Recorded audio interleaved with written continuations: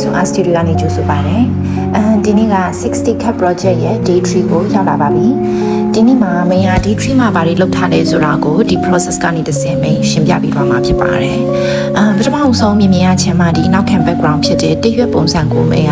ကတဘာဝတရားဆိုပြီးတော့မှကိုစားပြုထားပါတယ်ပေါ့နော်။တရွက်ပုံစံလေးကိုအဲ့တော့တဘာဝတရားရဲ့အောက်မှာမင်းကဖျားပုံတော်လေးကိုမင်းအရာပေးထားတယ်။အဲ့ဒီဖျားပုံတော်ခါကျတော့မင်းက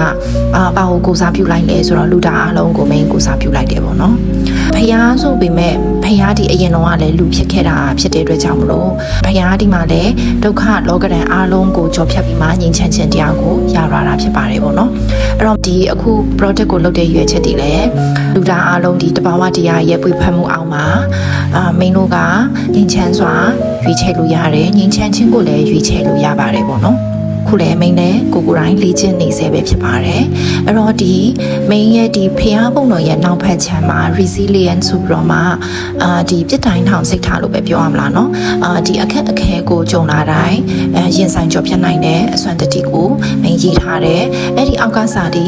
ကြုံရမယ့်လောကရန်အကောင့်အဆိုးအားလုံးကိုကိုရောစိတ်ပါမတုံလို့ပဲတည်ငြိမ်အေးချမ်းစွာရင်ဆိုင်နိုင်တဲ့အစွမ်းတတိကိုရပါလို့ဤဆိုတာကတော့မိန်းရဲ့နေစဉ်ဘဝဖြစ်တန်းနေတဲ့မနက်တိုင်းနဲ့ညနေတိုင်းမှာ main ယူဆနေတဲ့ affirmation ကိုတကယ်လိုချင်တဲ့အစွမ်းတတိတစ်ခုကို main ရေးထားတာပေါ့နော်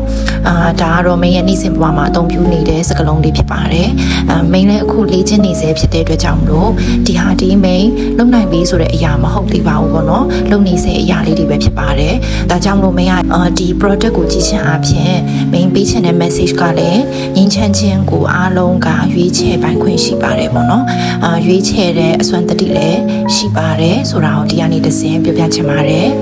အဲ့တော့မင်းရဲ့ဒီဗီဒီယိုလေးကိုကိုအတွက်အကျိုးအနည်းနဲ့အများအထောက်အကူရှိတဲ့ဆိုရင် like and sharing လုပ်ပေးပါနောက်ပိုင်းမှာသူဖုတ်ထားတဲ့မိဖုတ်ပြီးတာ product လေးထွက်လာလို့ရှိရင်လည်းအဲဒီဗီဒီယိုနောက်ပိုင်းမှာထပ်တင်ပေးပါမယ်ကျေးဇူးတင်ပါတယ်bye bye